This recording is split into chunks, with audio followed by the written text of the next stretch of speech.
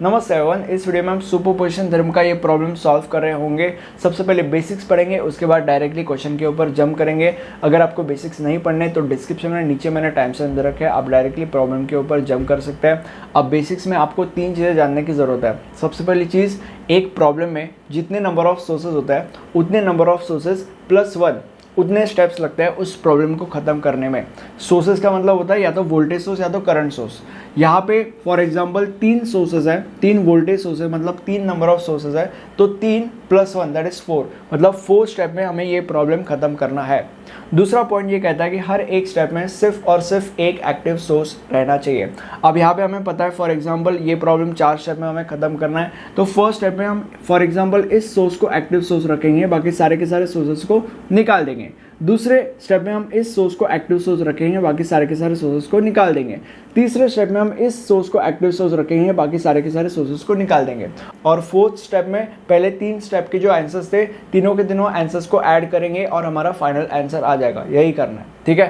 And third point ये कहता है कि जैसे पॉइंट नंबर 2 में मैंने सोर्सेज को निकालने की बात की, तो अगर वो सोर्स एक वोल्टेज सोर्स है तो उसको मैं शॉर्ट सर्किट करके निकालूंगा, और अगर वो सोर्स एक करंट सोर्स है तो उसको मैं ओपन सर्किट करके निकालूंगा, ठीक है। अब शुरू करते हैं। यहाँ पे हमारा क्वेश्चन है, find a current flowing through 20 ohm register, मतलब इस 20 ओम रजिस्टर के थ्रू जो करंट फ्लो हो रहा है उसकी वैल्यू हमें निकालनी है। तो अब जैसे कि हमें पता है कि 4 स्टेप में ये हमें क्वेश्चन खत्म करना है, तो स्टेप नंबर 1 के ऊपर जंप करेंगे। स्टेप नंबर 1 में मैं इसको एक्टिव सोर्स मान रहा हूँ, बाकी दोनों के दोनों सोर्सेज को निकाल दूंगा। तो अब यहाँ पे स्टेप नंबर 1 में मैंने लिखा when 30 volt is acting alone, 30 volt को मैंने रखा, बाकी सारे के सारे वोल्टेज को निकाल दिया और ये आया हमारे पास। जब हमारे पास ये आता है, इस चीज़ को आप कोई भी मेथड से सॉल्व कर सकते हो, mesh analysis, nodal analysis, series parallel, कोई भी मेथड यूज़ करो। मैं पर्सनली मैश एनालिसिस का इस्तेमाल करता हूँ। क्यों? क्योंकि मैश एनालिसिस एक ऐसा मेथड है जिसमें अगर ये जो सर्किट है इसमें अगर कोई भी करंट सोर्स नहीं है तो एक ट्रिक का इस्तेमाल हम कर सकते हैं जिससे आंसर लिटरली 30 सेकंड से 1 मिनट में आ जाता है। बट अगर करंट सोर्स प्रेजेंट है तो नॉर्मली मैश एनालिसिस के सम्स जैसे हम सॉल्व करते हैं वैसे हमें सॉल्व करना पड़ेगा। अगर आपको मैश एनालिसिस के सम्स कैसे सॉल्व करते हैं नहीं पता, मैं वैसे तो बता दूंगा, बट आई वुड सजेस्ट कि जो प्लेलिस्ट मैंने बनाई है इस सब्जेक्ट के ऊपर जिसमें मैंने सारे के सारे टॉपिक्स कवर किए हैं विथ मल्टीपल एग्जाम्पल्स, तो वो प्लेलिस्ट आप देखिए, उस प्लेलिस्ट का लिंक आपको आई बटन में मिल जाएगा। तो अभी इस सर्किट में कोई भी करंट सोर्स प्रेजेंट नहीं है, इसलिए मैं तुम लोग को वो ट्रिक बताऊंगा। अब मैश एनालिसिस के समय क्या करते हैं, सबसे पहले देखो डब्बे कितने हैं, 1 2 3 डब्बे हैं, राइट, मतलब बेसिकली 3 मैशेस है। ओके, स्मार्ट ओवर स्मार्ट नहीं बनना है, ऐसे नहीं बोलना है कि ये 2 डब्बे मिलके 1 डब्बा हो गया तो 4 डब्बे हो गया, ऐसा नहीं है। ऊपर से देखा तो 3 डब्बे, 3 मैशेस है, तो तीनों मैशेस में हम क्लॉकवाइज डायरेक्शन में करंट्स घुमाएंगे। सो इस डब्बे में लेट्स से I1 घुमाते हैं, इस डब्बे में लेट्स से I2 घुमाते हैं और इस डब्बे में I3 घुमाते हैं। अब ट्रिक क्या कहती है, अब यहाँ पे देखो 3 मैशेस है तो 3 इक्वेशंस बनेंगे और उसके बाद सिचुएशन हो जाएगा 3 इक्वेशंस 3 अननोन्स, देन हम कैलसी में डालेंगे और आंसर निकालेंगे, राइट। तो 3 इक्वेशंस बेसिकली हमें बनाने पड़ेंगे। तो यहाँ पे सबसे पहले मैं लिखता हूँ applying KVL to mesh 1, applying KVL to mesh 2 and applying KVL to mesh 3। अब यहाँ पे I1 I2 I3 है, इसीलिए मैं तीनों में लिखूंगा I1 I2 I3।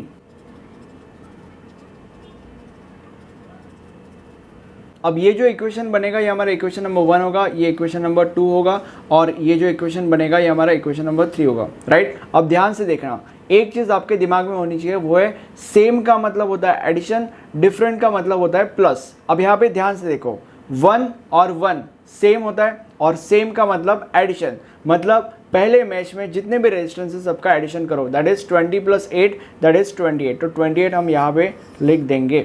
उसके बाद 2 + 1 डिफरेंट है, मतलब कॉमन, मतलब 2 और 1 के बीच में जो भी रेजिस्टेंस कॉमन है वो हम लिखेंगे। तो 2 और 1 के बीच में कौन सा रेजिस्टर कॉमन है, दैट इज 20, इसलिए यहाँ पे हम लिखेंगे 20।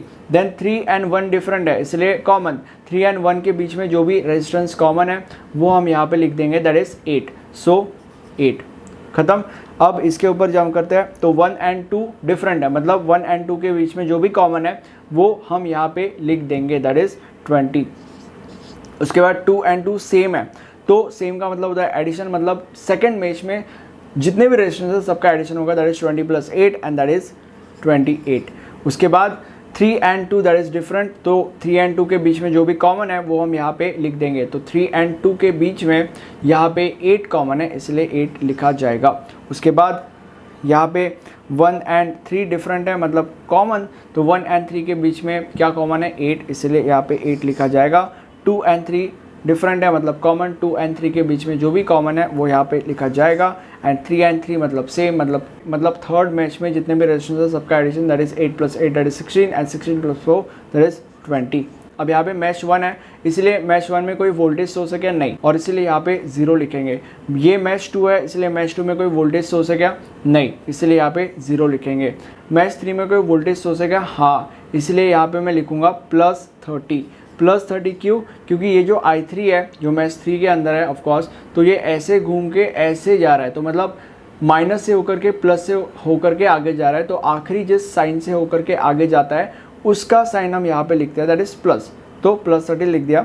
अब जो डायगोनल एलिमेंट्स होता है सबको हम एडिशन साइन देते हैं, और जो बाकी के सारे एलिमेंट्स होते हैं सबको हम माइनस साइन देते हैं। ओके, ये आपके 3 इक्वेशंस आ गए। 3 इक्वेशंस, 3 अननोन्स, कैल्सी में डालो, आंसर निकालो। तो हमारा कैल्सी है, मेनू में जाएंगे, उसके बाद इक्वेशन एंड फंक्शन, उसके बाद 1 and 3, क्योंकि 3 इक्वेशन 3 अननोन है। अब पहले इक्वेशन में 28 और उसके बाद -20, उसके बाद -8, उसके बाद 0, उसके बाद -20 एंड उसके बाद 28 एंड उसके बाद -8 एंड उसके बाद 0 and then -8 and 20 and 30, okay, and is equal to क्या आंसर 7.5 7.5 7.5। अब जो भी आंसर्स आए थे मैंने यहाँ पे लिख दिए हैं, बट हमें अभी भी नहीं पता कि 20 ओम रजिस्टर के थ्रू कौन सा करंट जा रहा है इस स्टेप के अंदर। अब यहाँ पे ध्यान से देखो, जो हमारा 20 ओम रजिस्टर है उसके थ्रू I1 भी जा रहा है और I2 भी जा रहा है, तो इसीलिए जो हमारा I डैश होगा, ये I डैश अगले स्टेप में आएगा, ये सब क्या आपको आखिरी में पता चलेगा। तो जो हमारा I डैश होगा वो I2 माइनस I1 होगा, या I1 माइनस I2 भी कह सकते हो। अगर I1 और I2 की वैल्यूज़ अगर अलग अलग होती थी तो बड़ा नंबर माइनस छोटा नंबर होता था, ठीक है। यहाँ पे I1 और I2 की वैल्यू सेम ही है, तो यहाँ पे 7.5 माइनस 7.5 होगा और इज इक्वल टू 0, ठीक है। और ये हमारा I डैश का वैल्यू है। अब I डैश डैश यानी कि स्टेप नंबर 2 के ऊपर जंप करेंगे। स्टेप नंबर 1 में हमने इसको एक्टिव सोर्स रखा था, बाकी सारे के सारे सोर्सेस को निकाल दिया था। स्टेप नंबर 2 में हम इसको एक्टिव सोर्स रखते हैं, बाकी सारे के सारे सोर्सेस को निकाल देते हैं। स्टेप नंबर 2 के ऊपर जंप करने से पहले अगर वीडियो पसंद आ रहा है लाइक करो, अगर वीडियो पसंद नहीं आ रहा डिसलाइक करो। अगर डिसलाइक कर रहे हो तो कमेंट सेक्शन में मुझे फीडबैक दो, ताकि मैं अपने चैनल को और ज़्यादा इंप्रूव कर पाऊँ और तुम लोगों को ही एक अच्छा प्रोडक्ट दे पाऊँ। इसमें तुम लोगों का ही फायदा है, थिंक ऑन इट। अब यहाँ पे स्टेप नंबर 2 में मैंने सबसे पहले लिखा when 40 volt is acting alone, ठीक है, ये रखा, बाकी सारे के सारे सोर्सेस को निकाल दिया। अब ये भी एक ऐसा सर्किट है जिसमें कोई भी करंट सोर्स नहीं है, इसलिए इसमें भी हम वही ट्रिक आजमा सकते हैं, तो आजमाते हैं। तो अभी यहाँ पे 3 मैशेस है, तो 3 मैशेस अगर है तो 3 करंट्स हम घुमाएंगे, that is I1 clockwise direction में, of course I2 and I3, right. अब 3 मैशेस है तो 3 इक्वेशंस बनेंगे, और क्योंकि 3 करंट्स है, 3 घूम रहे हैं, तो इसलिए I1 I2 I3 आएगा। तो यहाँ पे जो ढांचा हमने बनाया था सेम ढांचा मैं यहाँ पे बना रहा हूँ। अब यहाँ पे वही करेंगे जो हमने यहाँ पे किया था। शुरू करते हैं। अब यहाँ पे सेम का मतलब होता है एडिशन, डिफरेंट का मतलब होता है प्लस। तो यहाँ पे 1 और 1 सेम है, मतलब एडिशन, मतलब 1 के डब्बे में जितने भी रेजिस्टेंस है सबका एडिशन होगा, that is 8 + 8 that is 16 and 16 + 4 that is 20। तो इसलिए यहाँ पे 20। उसके बाद 2 और 1 डिफरेंट है, डिफरेंट का मतलब कॉमन। 2 और 1 के बीच में जो भी रेजिस्टेंस कॉमन है उसको हम यहाँ पे लिखेंगे, that is 8। Then 3 and 1 that is different, different का मतलब होता है कॉमन। 3 and 1 के बीच में जो भी रेजिस्टेंस है वो यहाँ पे लिखा जाएगा। एंड उसके बाद 1 and 2 डिफरेंट, डिफरेंट का मतलब कॉमन। 1 and 2 के बीच में क्या कॉमन है, 8 कॉमन है, इसलिए 8 लिखा जाएगा। 2 and 2 का मतलब होता है सेम, सेम का मतलब एडिशन। सेकेंड डब्बे में जो भी रेजिस्टेंस है सबका एडिशन होगा, that is 20 + 8 that is 28। And 3 and 2 different, different का मतलब होता है कॉमन। तो 3 and 2 के बीच में जो भी कॉमन है दैट इज 20, यहाँ पे लिखा जाएगा। उसके बाद 1 and 3, तो 1 and 3 के बीच में 8 कॉमन है, सो 8।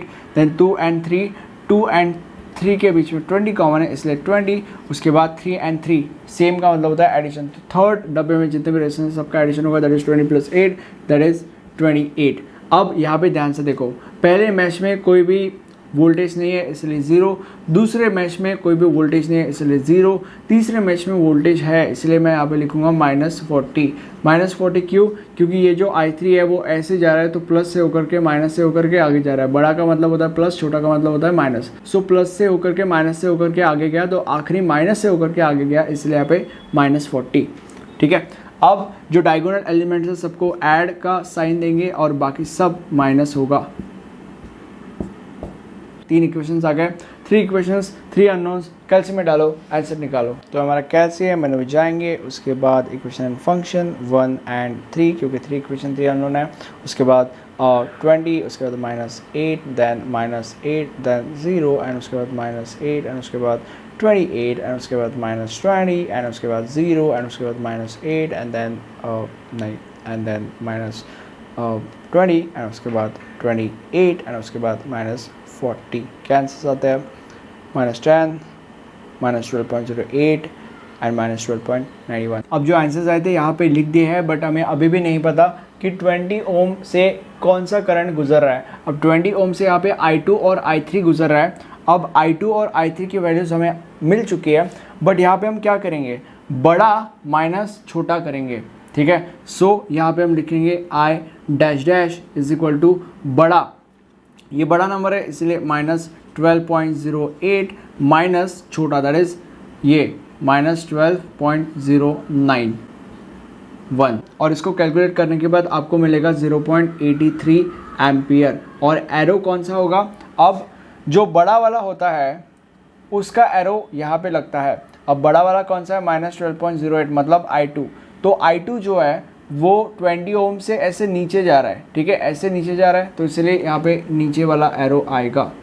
ठीक है, अब ये स्टेप नंबर 2 हो चुका है, ये स्टेप नंबर 2 का आंसर है। स्टेप नंबर 3 में, स्टेप नंबर 1 में हमने इसको एक्टिव रखा था, बाकी सबको डीएक्टिवेट कर दिया था। स्टेप नंबर 2 में हमने इसको एक्टिव रखा था, बाकी सबको डीएक्टिवेट कर दिया था। स्टेप नंबर 3 में हम इसको एक्टिव रखेंगे, बाकी सबको डीएक्टिवेट कर देंगे। अब स्टेप नंबर 3 में इसको मैंने एक्टिव रखा और यहाँ पे लिखा 120 वोल्ट इज एक्टिंग अलोन। अब इसको हम सॉल्व करेंगे। अब ये भी एक ऐसा सर्किट है जिसमें करंट सोर्स नहीं है, इसलिए वही मेथड हम यूज़ करेंगे। अब यहाँ पे ध्यान से देखना, इसको लेट्स से I1 अज्यूम करते हैं, इसको लेट्स से I2 अज्यूम करते हैं और इसको लेट्स से I3 अज्यूम करते हैं। अब यहाँ पे क्योंकि 3 मैशेस है तो तीनों बार मैं लिखूंगा applying KVL to mesh 1, applying KVL to mesh 1, applying KVL to mesh 3 and I1 I2 I3 I1 I2 I3 and I1 I2 I3 भी लिखूंगा and equation number 1, equation number 2 and equation number 3 भी लिखूंगा। अब यहाँ पे फिर से करते हैं, सेम का मतलब एडिशन, डिफरेंट का मतलब होता है कॉमन।